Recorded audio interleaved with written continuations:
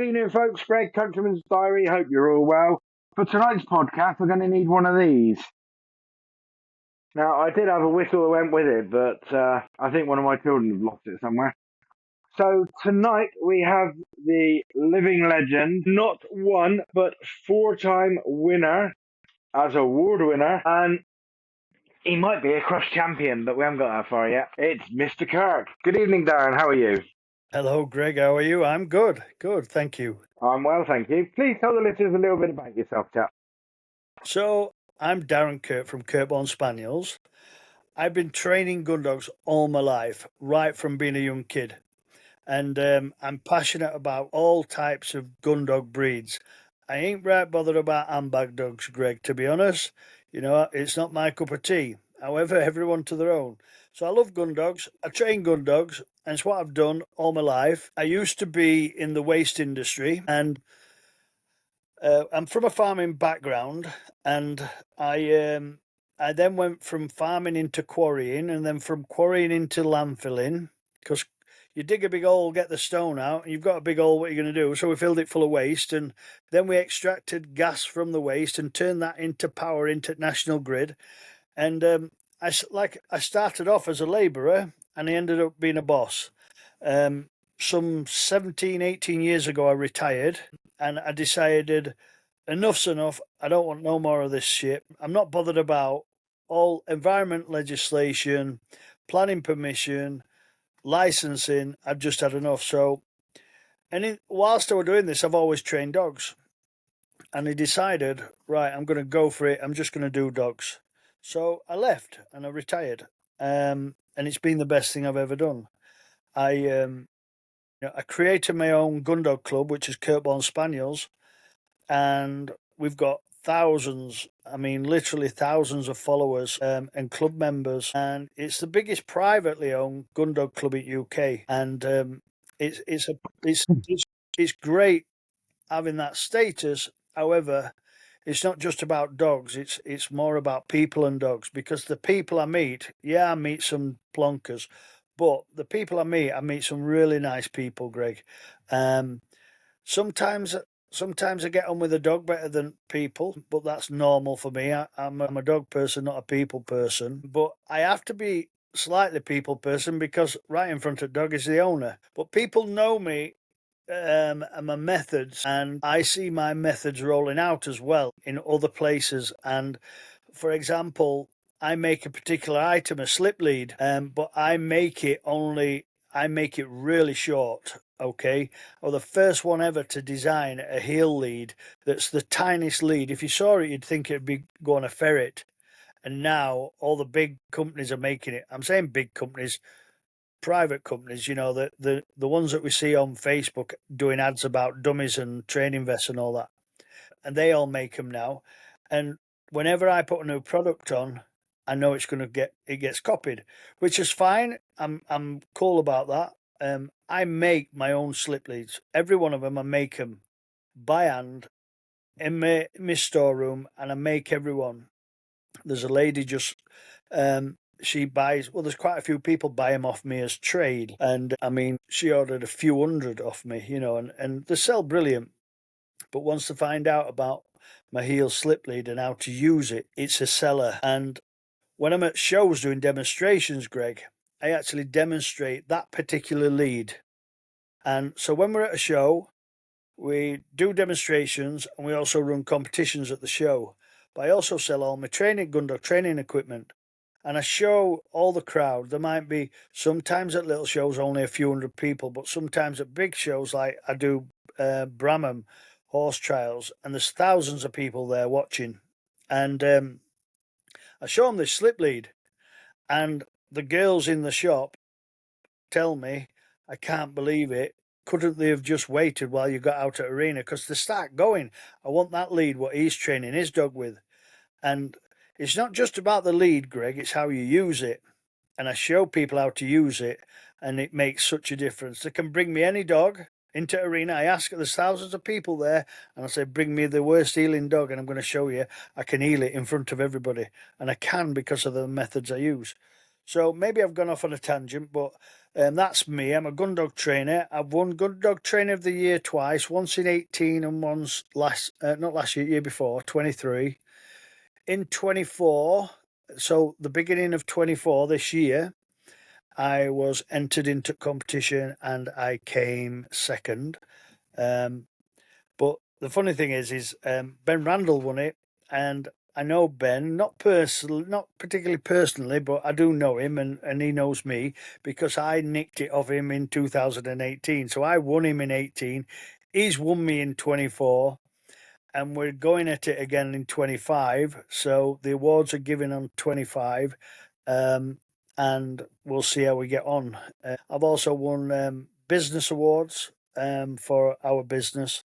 Second year running, I won this year, and I've just collected another trophy only last week for Best Business Award. So we're doing all right, but it's not just about me, Greg. It's about everybody in Kirkborn Spaniels. I've got such a brilliant team that, you know, I say, can you do this? And it happens, you know, and the guys, we go on a weekend and they're taking like 4 days of their own work off to come to the shows and help. And we've got people, I've got people managing shop, I've got people managing media, I've got events managers, I've got club secretaries, I've got other trainers, and it's just a great team to be around. And, you know, without them, I wouldn't be doing how well I am now. You'll have your own TV series like certain other dog trainers at this rate.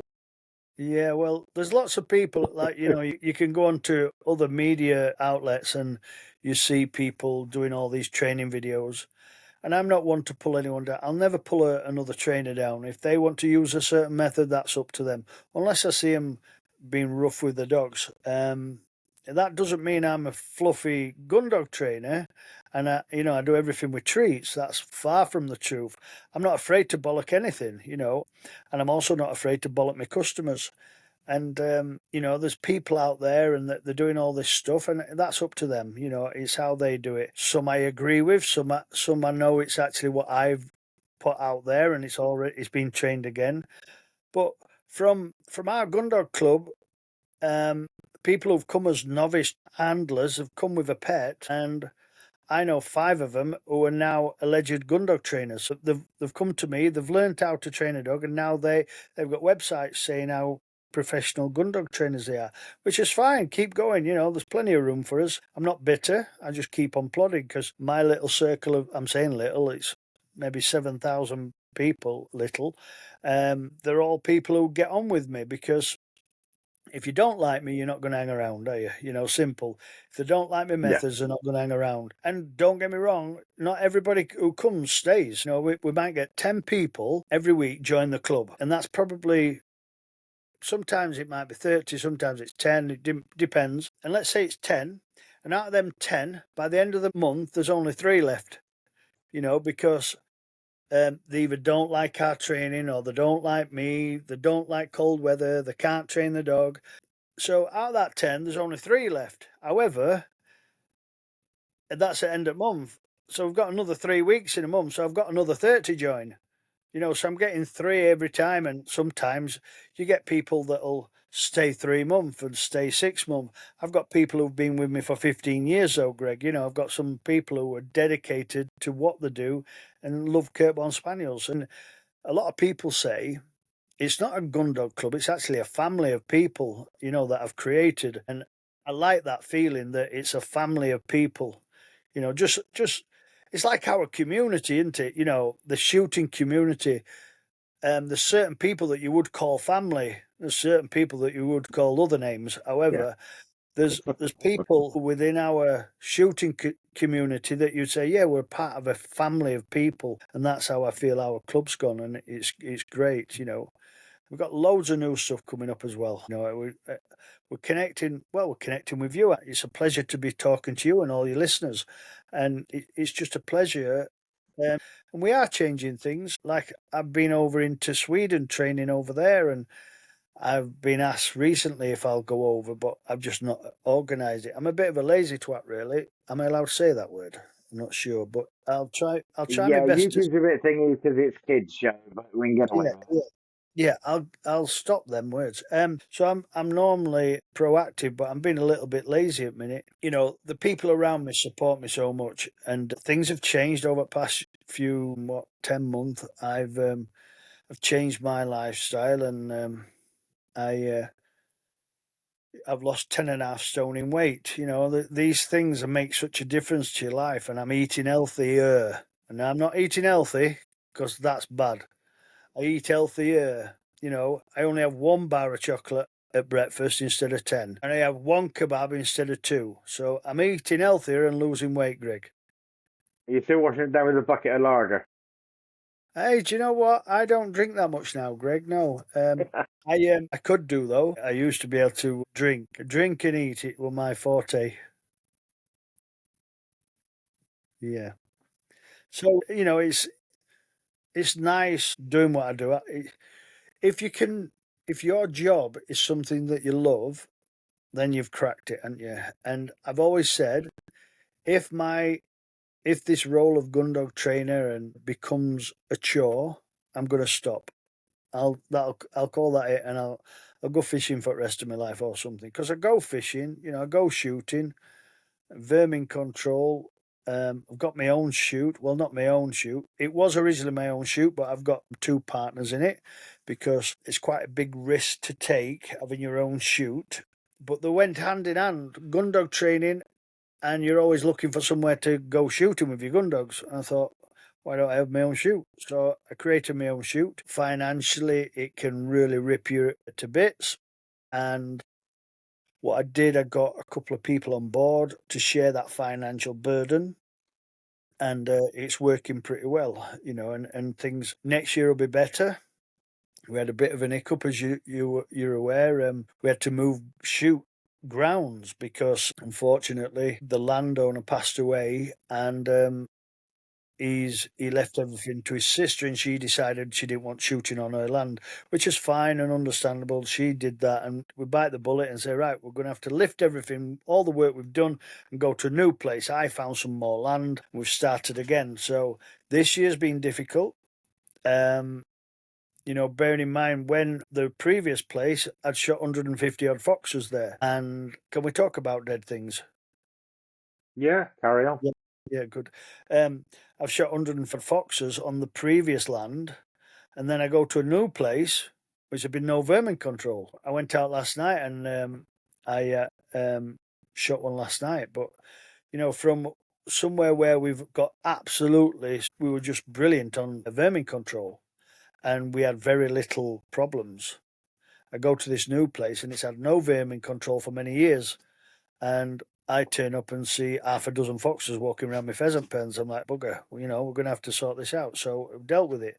Now I'm going, and I see one a night, and if I can see it, I can normally get it with rifle I'm using. It's got to be a safe shot, as you know. But so sometimes you'll see it, and it's at wrong place at wrong time, or right place at right time for fox, but not for me. No. Now, just to put our listeners into perspective, most people struggle with one dog. I have witnessed Dan at a show. He had 6 spaniels and 4 Labradors, and they were all doing exactly different things at the same time under his control. And that does take some doing, doesn't it, Darren? Yeah, well, when people see me do that, Greg, it's a bit of a trick, really, because I can get. So I'll have all my dogs. My dogs, I don't say fetch it, go get it, or anything like that. So for one of my dogs to do a retrieve, I use their name. Okay, so I've got a line of dogs that know how to sit. Then there's all these items getting thrown all over, dummy launchers going off, and bolting rabbits and all this.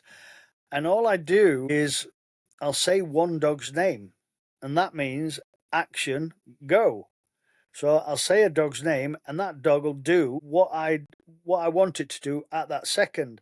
And there only has to be a second or two delay, then I can call another dog's name, and that dog then knows what it's doing on the next action. You know, so whilst people see me handling loads of dogs, I'm only actually individually handling them. You know, if something goes wrong, I'm blowing on that whistle, going, "Woo, let's all stop." Let's have a rethink, you know. And I sit them all down. I call one in, that next, and we calm it down. But it always goes wrong, no matter what you do. I'm working with animals, you know, and they always say never work with animals or children. And I work with the one that can't blooming talk to you, but they do talk to me, but in their own way. I watch the body language. Yeah. I know when they're happy. I know when they're sad. I know when they're confused, and that's a when you can read your dog, it's so important, you know. But I'll give you an example. I was at a game fair once, if I may, Greg. Tell me to shut up if you want. I was at a game fair. Carry on. And I've got a black Labrador called Darren. And I've got thousands of people watching me. And I mean, the crowds, it were brilliant. So I've got Darren out, and he's about 50 yards away. And I'm telling the people watching about handling and control, directional control, being able to turn my dog left or turn it right or make it go away from me or come back. And I said, so I'm going to demonstrate where I'm going to throw 2 items out, one left and one right, and one behind him. So that's 3 items. And I'll throw one behind me, and that's 4 items. But what I'm going to do, I'm talking to Crowdy. I'm all mic'd up. There's thousands of people watching. I said, what I'm going to do, I'm going to send him left. So I put my left arm up, and I looked at him, Greg. I've just told 1,000 people I'm going to send him left. I put my left arm up and looked at him, and I'm like, you bugger, you're going to go opposite way. I could see with his body language, he ain't going left. All right. But I've told all the crowd he's going to go left. And so I've got my left hand up, and I thought, I'm going to try and encourage. I can tell he ain't going left. I was looking at him, and his body language was leaning opposite direction. So I just took a step to left and lent my body to try and get him over. And he was steadfast. He was like rock solid, and he's like, I ain't going the way you want. I thought, what I'll do, I'll cast him left. He's never failed a cast left. So I went, get on, because I use get on for left. Don't ask me why. Get on for left to get out for right. Anyway, I said, get on. And he did what I knew he was going to do, but in front of a load of people, I mean thousands of people, he ran right. So as I said left, he ran right. And I thought, I'm going to stop you. I blew the stop whistle, and he totally ignored me, right? And that's a big no-no in my world. If I blow that whistle, it means I mean it. So I blow the stop whistle, and he totally ignored it, Greg, and he just ran flat out to right. And I'm like, you bugger. Everybody's watching. Everybody's laughing at me this time. You know, there's thousands of people laughing at me saying he's going left and he's going right. I blow the stop whistle, and he never stops. He's taking the mickey out of me, Greg, and everybody's laughing at me. And when 1,000 people laugh at you, it's not funny. And I'll tell you what he did. He kept running right. He jumped over the fence into the crowd, and he nicked a chocolate biscuit off a kid in a buggy, jumped back over and come back and sat in the middle and ate it. Everybody thought it was part of act. And everybody's laughing. And I said, I thought, you know, I could have killed him. And I'm like, God, I could murder you. You've just made me look a right tool. So then I thought, I'm turning it into a joke. I said, sorry about that. That was part of the plan. But that biscuit must have been nice because he really liked it. I'm going to buy another one once I've finished in here. And that's how we left it. And everybody were laughing. But it just shows you, whilst you might have best dogs in the world or whatever you think, they're going to torment you now and then. Yeah. They say never work with children and animals, but it's technology that does me. I love doing these podcasts and chatting to all these lovely people, but the amount of hassles I've had trying to get them to just go straight. And I look at all these other podcasts from all these different people, and I'm thinking, yeah, if you've got the same crap going on as I have, you lot must be pulling your hair out, because all mine fell out trying to do these podcasts. Yeah, no. Is that just because of podcast, Greg? Yeah. Yeah, bless you. Well, Well, I this is started going grey, and it sort of fell out on the way through. So, all right. Well, this is my first podcast, and I've got a full head of hair. So, next time we have a podcast together, I might be interviewing you, and if I'm bald, right? We know that it's podcasts, and we need to stop doing them. sounds good. Yeah. So, yeah, that's me in a nutshell. You know, I've had loads of experience of people with dogs, and I genuinely love meeting people, and often I find that when somebody comes to me with a dog, it's 99% at time it's the handler, and I spot it straight away. Like they'll be walking along and the dog pulls on the lead and they'll yank the lead and say heel. And the dog yanks again and the handler yanks again and says heel. And I say to him, why are you telling it off with a command? You're shouting heel at your dog. And your dog thinks the noise you're making is terrible. And I teach people some really good methods how to heel.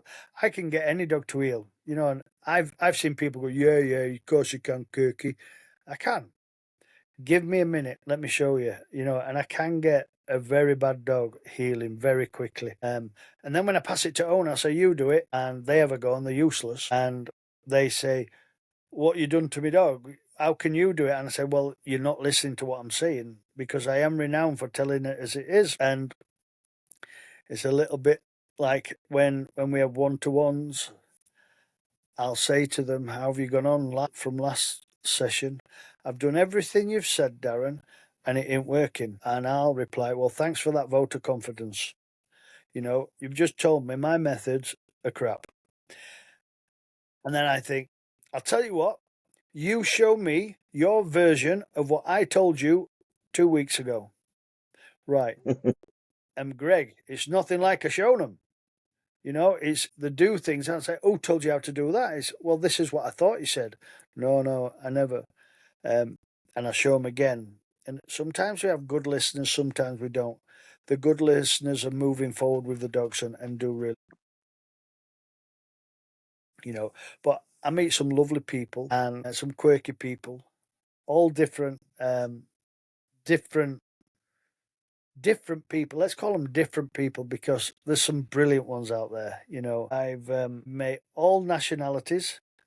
There's nobody I haven't met who doesn't actually be training with us, and all sorts of dogs, from Spanish water dogs, curly coat retrievers, Springer Spaniels, Cocker Spaniels, Labradors, Retrievers, Red Setters, everything. They've all been. Also, Clumber Spaniel, I've trained for Clumber Spaniel Society, and that's different. That is different, because it's like a Porsche owner. You have to have a certain brain to drive a Porsche with your roof down when it's chucking it down. And that's when you normally see them. It's, a slight glimmer of sunshine and the cabriolet off, don't they? They go like, yeah, let's have some sunshine. They're a little bit like Clumber Spaniel owners. Lovely people. I've got some really good friends who have Clumbers, and they're lovely people, but they're different people. They've got somebody who's had them for years. I know he's a brilliant bloke. And he's also got a Cocker Spaniel in the mix for doing stuff as well. But again, everybody's different. Everybody likes certain things. I have Cocker Spaniels. I have Springer Spaniels. I have Labradors. They're the breeds I'll stick with as well. I've got 3 in here at minute. Well, I can only see one. No, here they are. Tia, come here. Sky. There's one. A ginger cocker. Come here. There, little. Oh. Yeah. So, people say I smell like dogs, and it's probably because I'm around dogs more than anybody. But, yeah, I love dogs. Have you got a dog, Greg? Get down. No, it's on my list of I'd like one, but where we live, it's just not practical. We've got no real back garden for it to play in or nothing else. So Yeah. I just have to stick with doing my own retrieves. Yeah, well, when you're out shooting, depending what you're doing and what application you're in, if you're with a air rifle, normally they're within easy walking distance. Bullet rifle, a little bit more walking distance. But yeah, it's everybody to their own. And I couldn't live without dogs, to be honest. They're part of my life. You're never alone with dogs. But same with children. It's like I treat them like children, but in the right sense. A lot of things that a dog does is like a child would do. And I watch them all the time. I'm watching them learn. And it's like, before I let them into the house tonight, there's 3 in kennel here, right outside my house, and then all the rest are up in other kennels. I won't let them in house unless they've done a wee in front of me. And one of them knows exactly what to do. If I say, get a wee, one of them instantly gets a wee and comes straight in. The other two are like, they're just procrastinating and just walking around. But when they see the first one walk in, they're like, we need to wee. And they both start squatting and weeing because they know that's the cue to get in. They're an intelligent thing, dogs. They're like later stage toddlers, but with fur. That's it, yeah.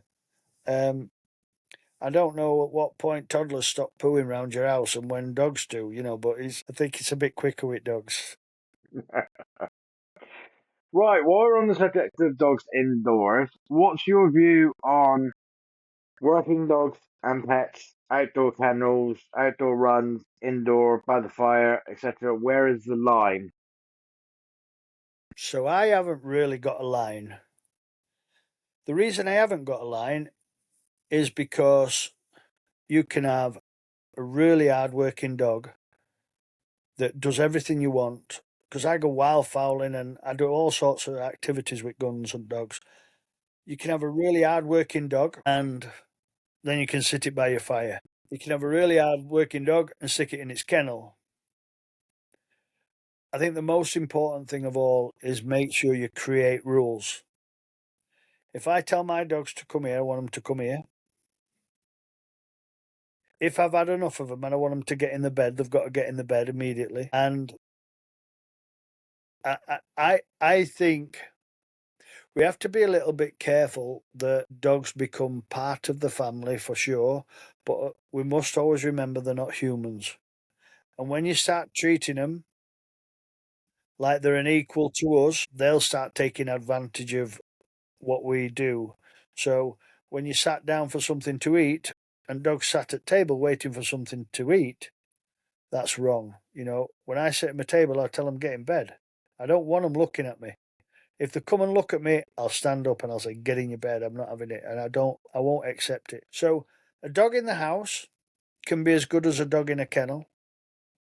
The downside of having a dog in a house is if it's a female dog, which I won't use word because I don't know who's. So a female dog comes into season and then you've got issues in the house having to clean up. In a kennel, you don't have that issue. You're like, oh, you haven't got a carpet to clean. Of course, you've got a mess to clean up, and all you do is rub the mop around and it's gone. But when it's on your favourite carpet, it's not so nice.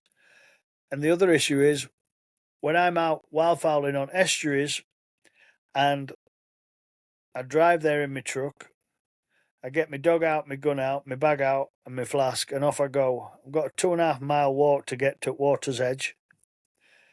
And I might be sat there 4 hours, depending on how bored I am, cold I am, or whatever.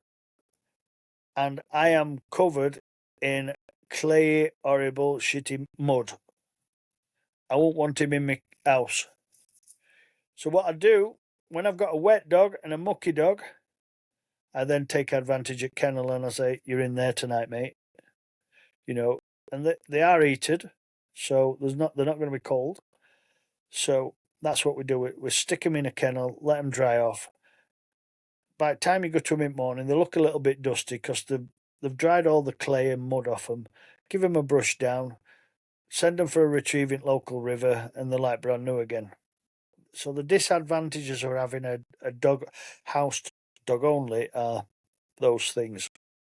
People may say, well, I hose my dog down every time I come in from shooting and it's beautifully clean. Crack on, mate. I've been sat on a riverbank for 4 hours, freezing my bits off, and I ain't going to be washing no dog down. I want a cup of coffee and a kebab ordered.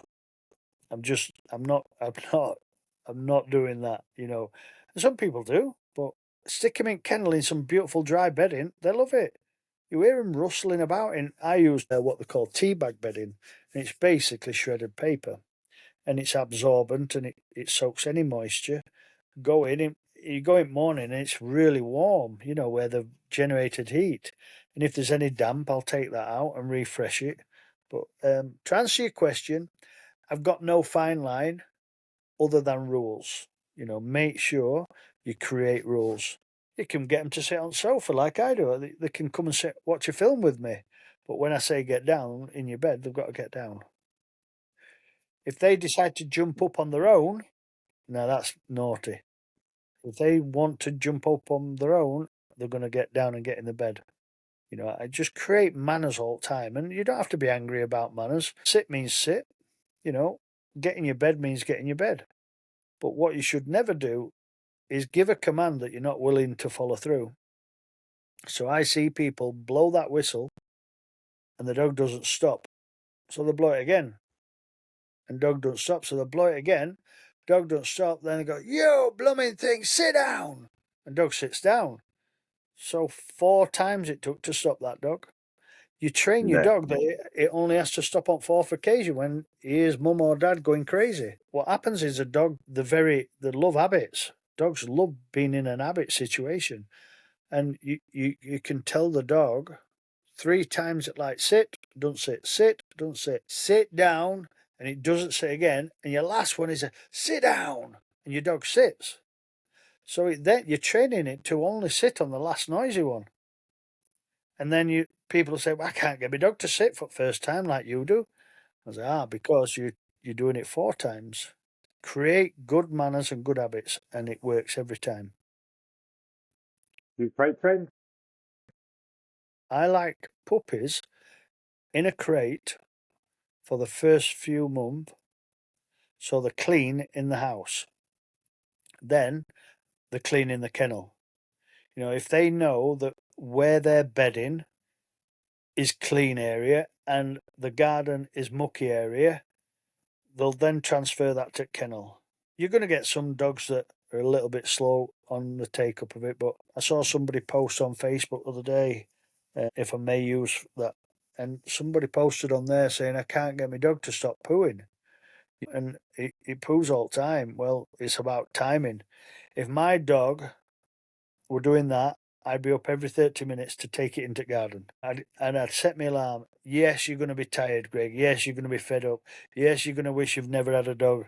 I shouldn't have done this. I hate dogs. Why did I buy a puppy? But doing it properly, just get your dog into good habits. And then once you see it do a wee outside and you praise it, good dog, put it back in its crate, get to bed, alarm go off and do it again, and keep doing it.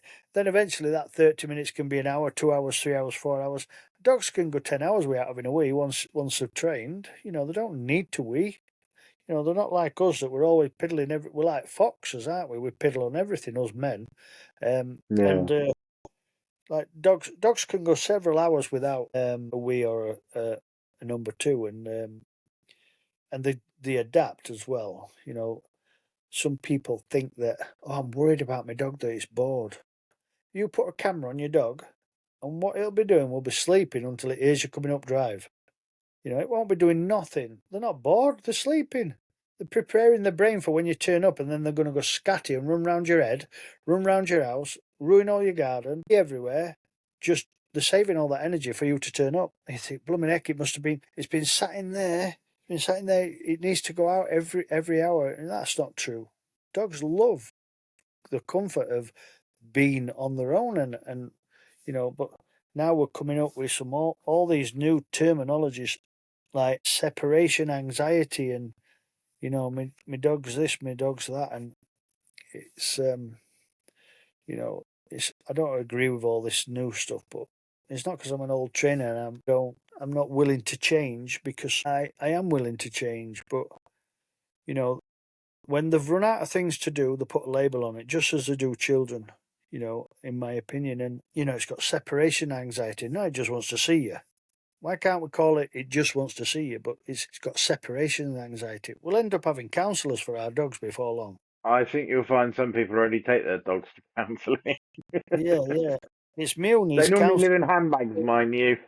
Yeah. I found something interesting. So I've been doing training videos, Greg, and we're going to be publishing them very soon. Whilst doing this, I'm also doing an eye testing clinic for dogs, and it's now massive in the gundog world. Some people are not willing to go down that route because they're finding that these top stud dogs that have been used for years have actually got problems with their eyes. So some stud dog breeders are a bit worried about it, so they stay clear. However, the same vet, who is called James, I said, well, I'd never thought of it. Someone else did. And they said, let's do an interview about eyes. And I thought, go on then, well, let's do it. And about colours, different colours, what dogs see best and what they don't see best, and how the eye works. And it sounds boring, but I'm not joking. I did some proper questioning, and I said to him before we started interviewing him, you do realise, whatever you tell me today, I'm going to test with my dogs live on TV, on telly, because we had camera crew there. I said, whatever you tell me, I'm going to check, see if you're right or wrong with my dogs. If you tell me it'll pick this colour up more than other one, I'm going to throw two of them out, one the colour you think and one colour I think, and see what happens. And we had a brilliant time. 2022, there was a study. This is a brand new, not many people know this, and I really mean this. It's a brand new study where it was, I don't know whether you call it commissioned or the study was released in 2022. I was shocked. And the stuff this eye guy told me, right? So a dog has 3D vision, all right? And I said, and you can see, if you follow me on Facebook, you'll see it's on my YouTube and all that. And he said, so they've got 3D vision. And I said, what's 3D vision? So what happened? He explained how it works, and they can actually see smell, and that's brand new to me. And like, how can they see smell? And he said because the brain translates it. I don't know. It went a bit over my head because he comes out with some big words that the thick Yorkshireman can't really understand. But they've got 3D vision, and they can actually see what they're smelling. Now we thought they were good, that they've got the olfactory sensors are 10,000 times greater than ours. We thought that was brilliant, but they're actually better than that. They can actually see what they're smelling, and the stuff he were telling me were brilliant. You know, he is just an eye specialist. I'm saying just, he is an eye specialist. There's no just about it. And some of the stuff I were getting him to tell me were, because I were really digging into some questions, and I asked him a question. On that video, you'll see it if you get a chance to see it. And I'll say, sometimes when I'm sat watching telly, my dogs are watching telly. Can they see what I see? And he goes, yes, they can. But then he went on about, it's called flicker something. Anyway, so we see how us humans see it. We see it as a flowing picture. The dogs see it as flashing. It's like on, off, on, off, on, off. So they can, I forget what he called it. But anyway, the voice from the gods might shout it in a minute. It was flickertania or something like, I don't know. But anyway, dogs see it in flashing. And I said, so they can see what we're doing, we're watching, but they see it like flickering. I said, yeah, that's how they see it. And then he said, do you know how we're talking about birds of prey? And birds of prey, or birds, see images, even what we call a normal moving images, like my arm, they see it in thousands of flashes. Rather than us seeing a one continuous movement, they see it in thousands of flashes. A dog sees it as well in flashes rather than a continuous movement. But when a bird of prey is going through a wood to catch, when a sparrow's flying at 90 mile an hour through a wood, you think, how the hell does it miss all them branches? It's actually watching what it's looking in slow motion. And he explained it to me. And the birds actually, because it's the pictures are flashing and its brain is accepting that information, and the bird's travelling in slow motion in its own head, that's why they can do what they do. Anyway, that's going off on a tangent and talking about birds, and we're on about gun So it's a dogs. bit like one of them like carousel picture viewers out like in the 1800s of the naked woman dancing. That's it, yeah. I've never seen any naked women Crazy. dancing. Should have gone to Scarborough. Yeah, oh yeah. So yeah, it's a great video. It's about 20 minutes long, but it's really worth watching. And it's really informative of what dogs can see, because dogs see different colours to us. The animal kingdom is beyond our scope, really, isn't it? As a species, we're useless. In some ways, we are. However, we're more like a jack of all trades, masters of none. You know, we can do everything, but nothing brilliant. A bricklayer can't add up. Just for example, he can lay bricks, but he's thick. This is not, I'm just picking a fight here, really. So a bricklayer can lay bricks, but he can't add up. His wife does that for him because she's really good at sums, but she's shit she's poor at bricklaying. All right, so it's like dogs. Dogs can smell for us and we can look for them better. Our eyesight's better than them. So I don't think we're useless, but we've got our own little niche in what we do. You know, a bricklayer's brilliant at bricklaying, but he's bad at plumbing. And the plumber's bad at bricklaying, but he's good at plumbing, you know, and so on. And we've all got something that we're good at. And it might be the simplest of things. So we're all got value in this world somewhere along the line. We're all special individuals. I'll go with that one there. Good man, good. Well, my mum used to tell me I were very special, but I think she meant it in a totally different way. I think all our mums told us we were special, didn't they? Yeah, yeah, yeah. So I know the iconic dog trainer, flat cap, whistle, bit of stick, dog cowering next to him, fear to move. That's long gone, isn't it? That's in the past. I don't hear of any bad trainers that are like that anymore. But I do hear of bad trainers where it's technique that's wrong, or the understanding of the dog, or the information being passed to the owner is wrong. Would you agree, or is there still like the old Victorian I'm dog sure trainer? that Or I'm sure there's people out there who do, let's call it, old style gun dog training.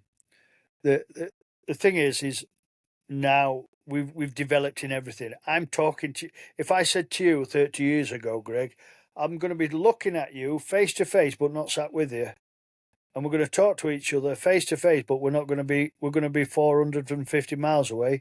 You'd say we're stupid.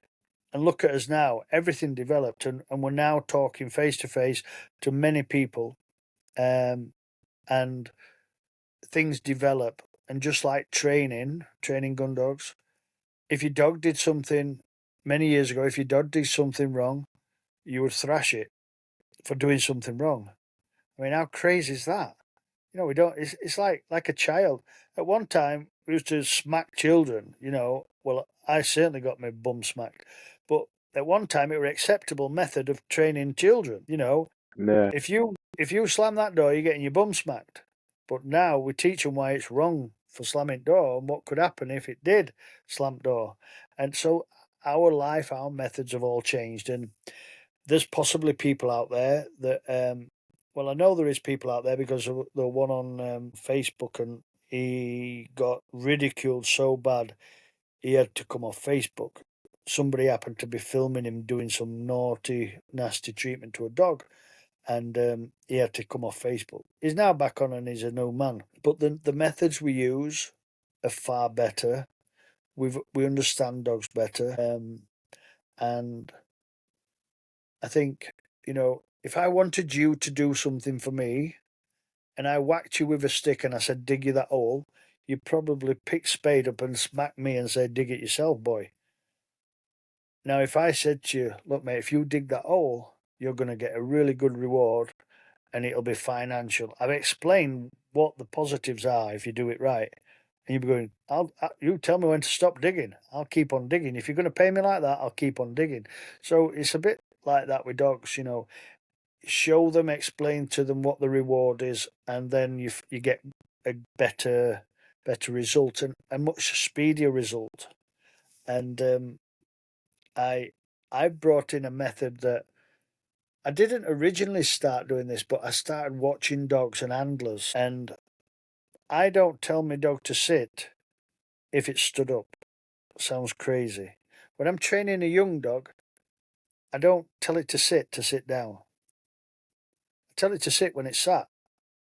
So the noise that I make is for what it's doing. So, for example, I'll get my young pup and I wait while it sits. Then I say the word, sit. So the noise I make is for what the dog's done. If I said sit when a dog stood up, the noise I'm making is for it standing up. Just like heel work. Say heel when it's pulling. And it's like, when your dog's running away, we shout, come here. Oi, Fido, come here.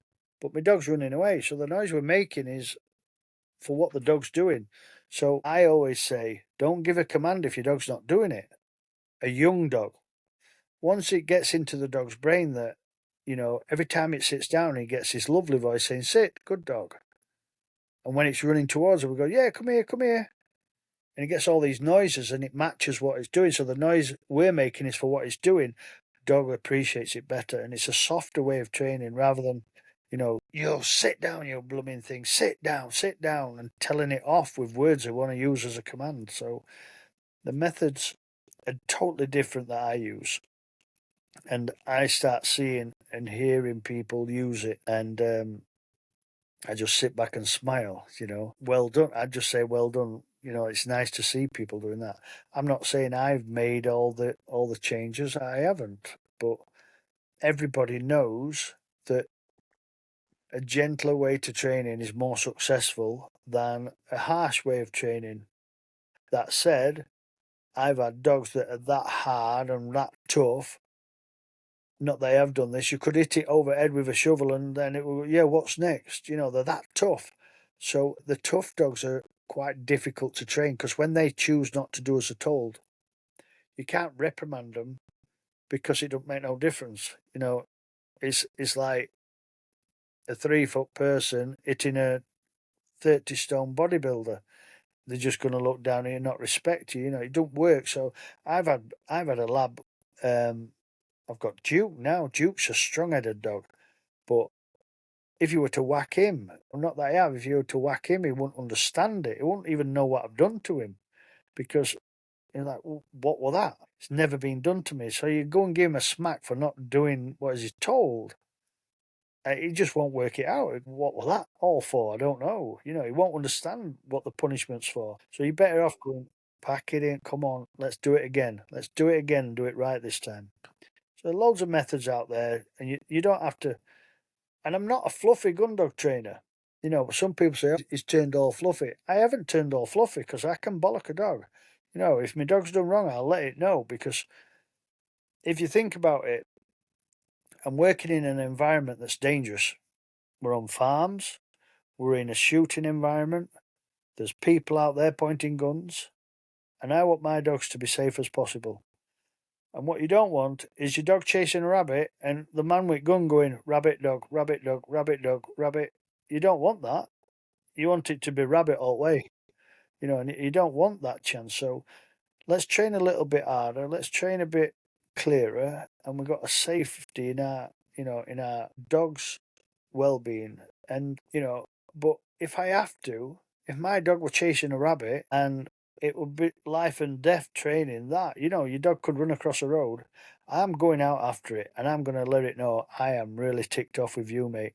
I don't beat him up. No, I'll run up to it and run it down. I'll shout it all the way until I can catch it. And I get it, hold it still and give it a right good shouting. And that's enough, normally enough. But that's only an occasional dog. If you've done training right at the beginning, that doesn't normally happen. But you're going to get one or two that try it on. I think a lot of owners forget one of the first lessons puppies are taught by the bitch is pin to the floor and a low deep growl. Yeah. It means one thing to them and they will understand it. Yeah. It's like my puppy's biting me and it's biting my children. And hang on a minute. Your puppy doesn't know how to talk. So the only way it knows how to talk is by communicating by a nibble. They're not biting, they're nibbling. They're grabbing hold of you and pulling on your clothes. Like, come here, I want some fun. If it could talk, it's like a prod on your shoulder, come here, talk to me. But it's not, it's grabbed hold of your sleeve and a tooth's gone through and scratched her. So then they say, it bit my daughter, it bit my son. No, it never. It caught it by accident. It was just wanting to play. There are extremes, yes, because I have to make sure I mention that, because somebody will say, oh, he don't know about Charlie down the road, his dog did this. But there will be extremes of any case. But a young pup doesn't know how to talk. It doesn't know our vocabulary. It has to express its feelings somehow. And if it wants to play, it might grab hold of your best socks. It might grab hold of your best jumper, and it starts pulling you. It's just saying hello, but it can't say hello. So, you've just got to understand dogs and a little bit better, and be a bit gentler with our thoughts. It's the same as going back to the toddler thing. Toddlers will stand with their hand like this, waiting for them to follow where they want to go to, because they want to show you something, innit? They don't have the right words to say, look, I found something. But they know if they stand with their hand like this, you're going to help it, and they're going to lead you to what they found, isn't it? So exactly the same with puppies, isn't it? That's right, yeah. And just gently, it's only way, I think, really. But like I said, I'm not a fluffy gun dog trainer, and I will chastise my dog when it's right, and if I think the safety of my dog is compromised. If I think that dog's done something that could cause it death or harm, I'm going to give it a telling off, because we don't want that. You put thousands of pounds of hours into a training a dog, and it gets run over by a bus because it was chasing a rabbit. That's not good. While we're on the subject of recall, what would you offer as the 3 best tips for teaching recall, whether it be a gun dog, someone's fluffy poodle, or the pooch that's 57 varieties and costs 10 grand during lockdown? So, whether it's 10 grand, 20 grand, or £1, it's all the same. I'll just give you an example. Remember, you'll hear me saying this all the time. The noise we make is for the action of the dog. So, the dog running off, let's call it Charlie. Dog's running off, handler's going, come on, Charlie. And the dog goes further away. So he shouts Charlie more. And he gets more excited with his voice. Charlie, come on, good boy, Charlie. And the dog carries on and keeps going on. So the handler gets even more excited with its voice, because he's getting worried now that Charlie's coming to that M1. So he shouts louder, happier, jollier, to try and get Charlie to turn round. Now let's turn it around, Greg. Let's be the dog. Dad's behind us, shouting our name in a happy voice.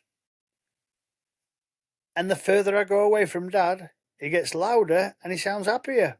So I'm going to go a bit more. And Dad gets louder and happier. So from a dog's perspective, you're celebrating the fact that it's bogged off. All right?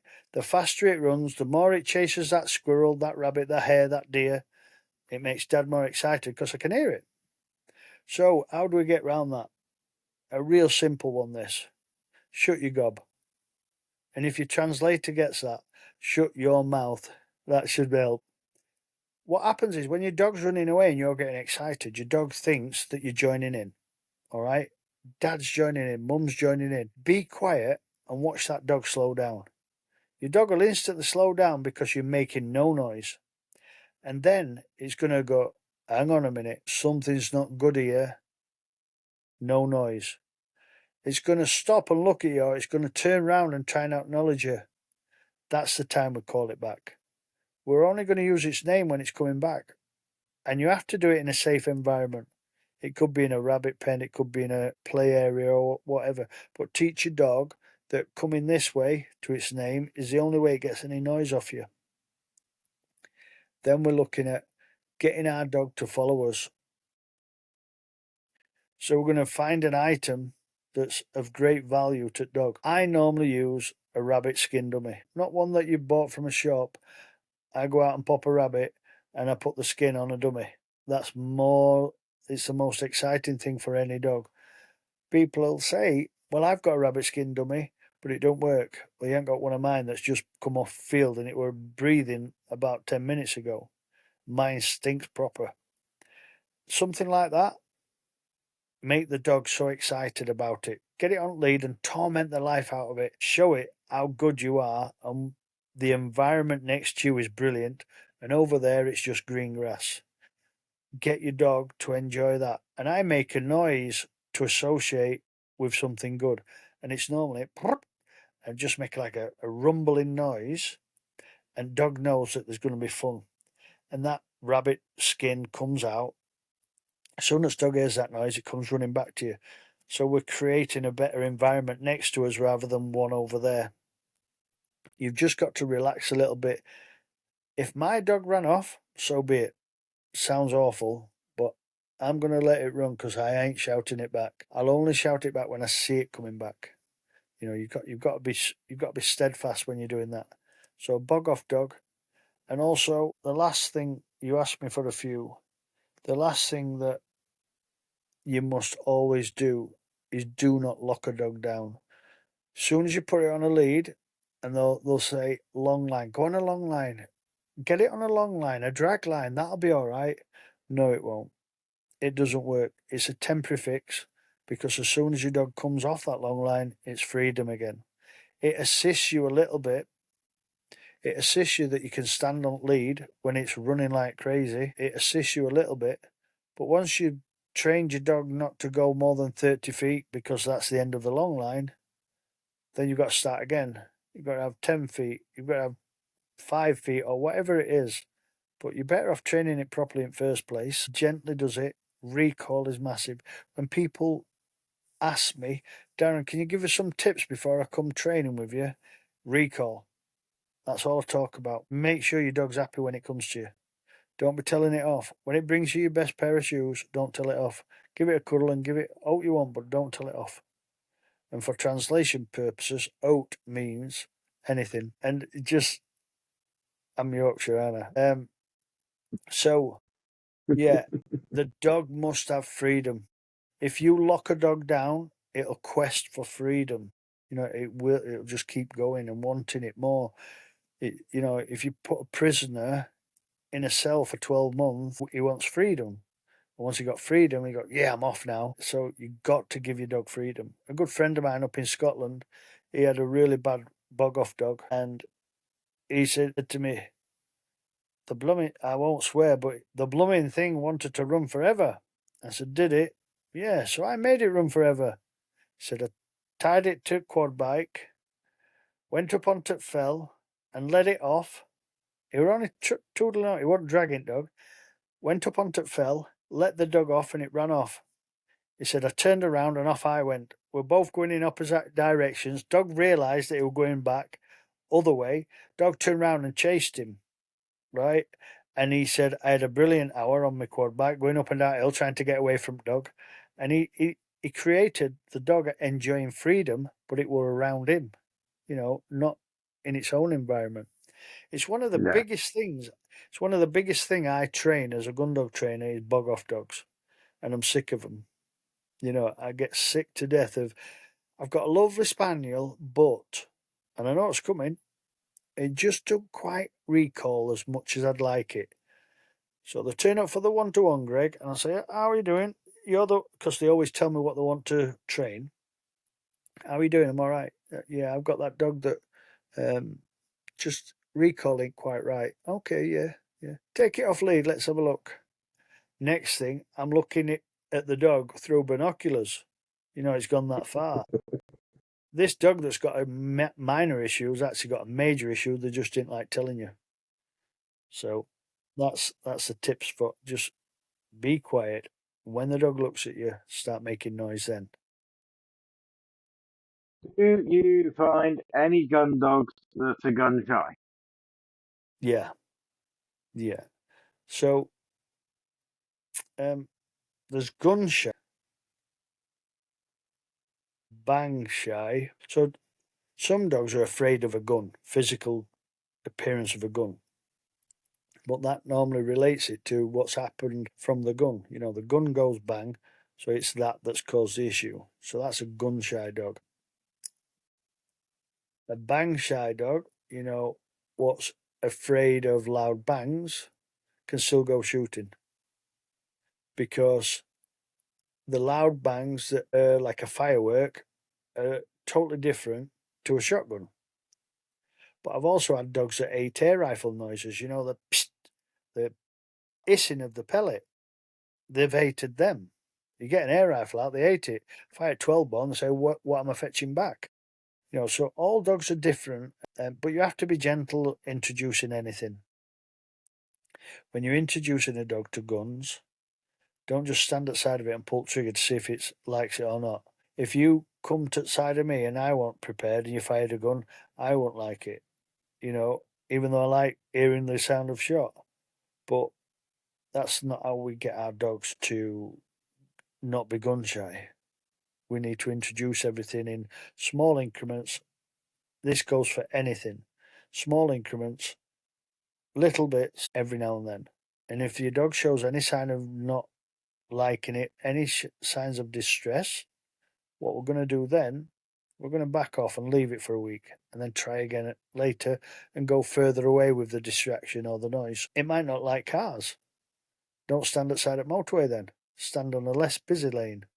You know, stand in a field behind a hedge where cars pass. You know, just be reasonable and do everything in small increments. And I have successfully trained a gun shy dog for a customer.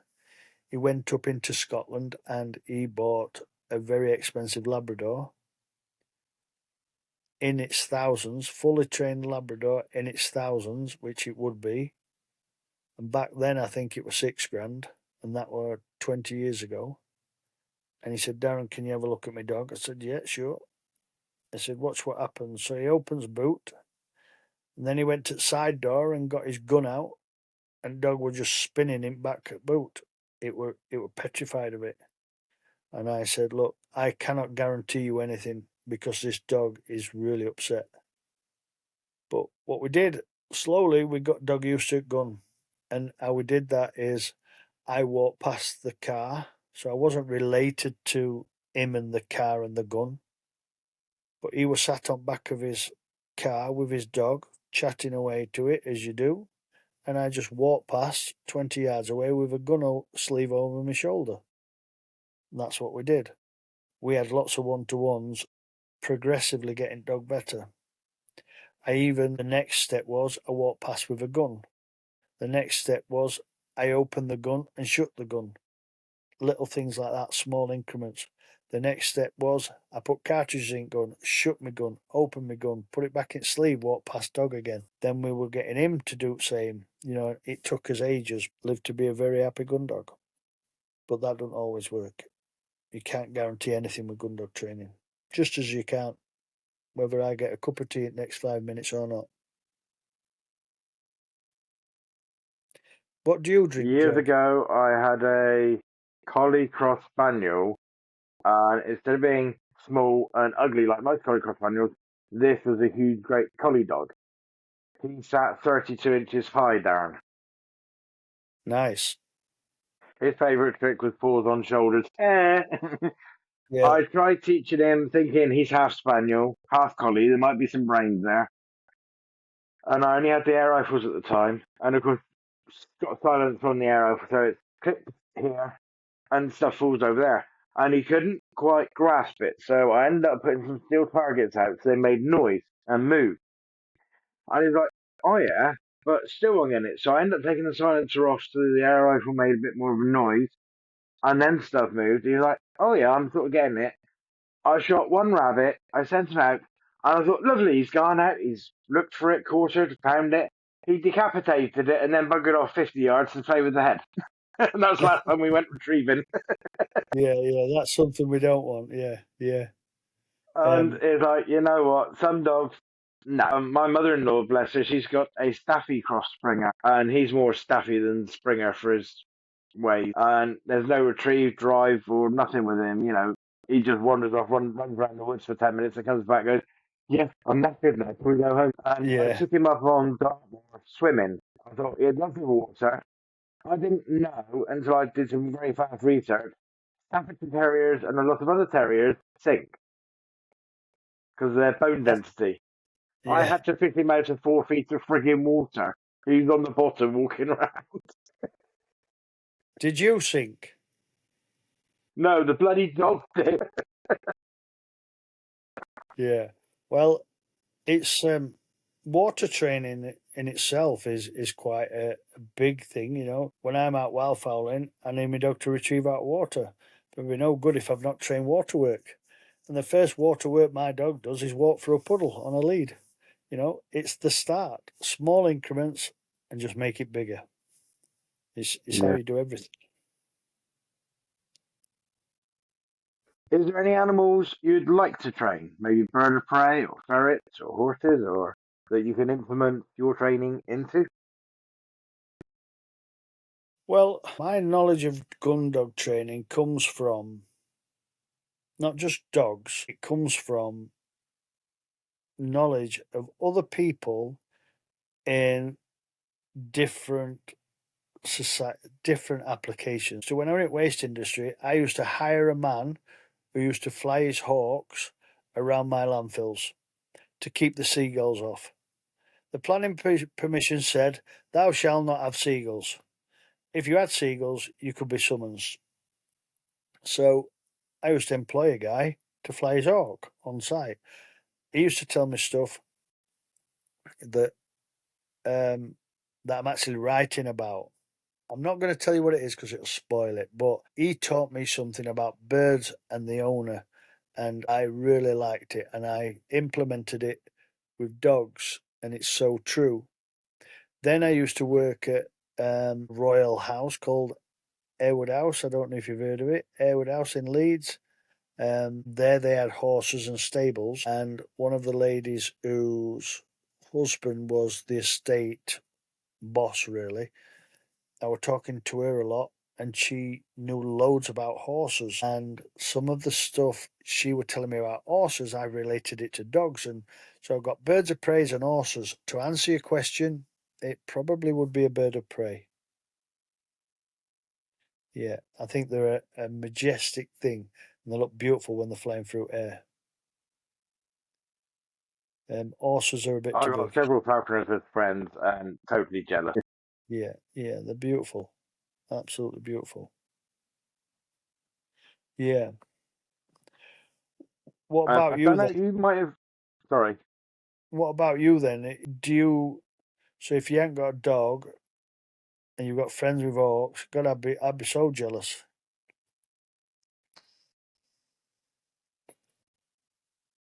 As they say, it's the sport of kings. I used to have divorces years ago, and that was bad Yeah, enough.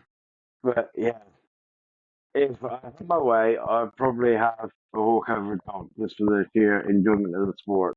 A hawk can't retrieve like a dog can. It can't sit on your well, it can sit on your lap, but it's not advisable when you watch television or anything.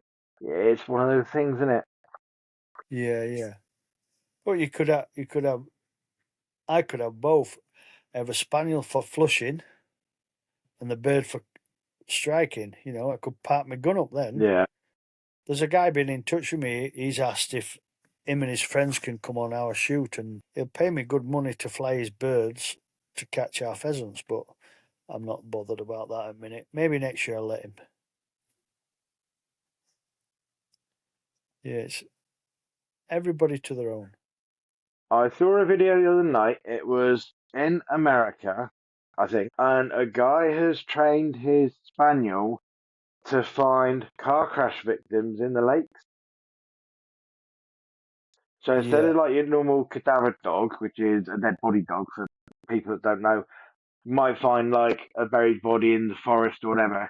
This dog can smell the equivalent of a teaspoonful of scent in a 20-meter deep lake and pinpoint it down to 3 feet in a location.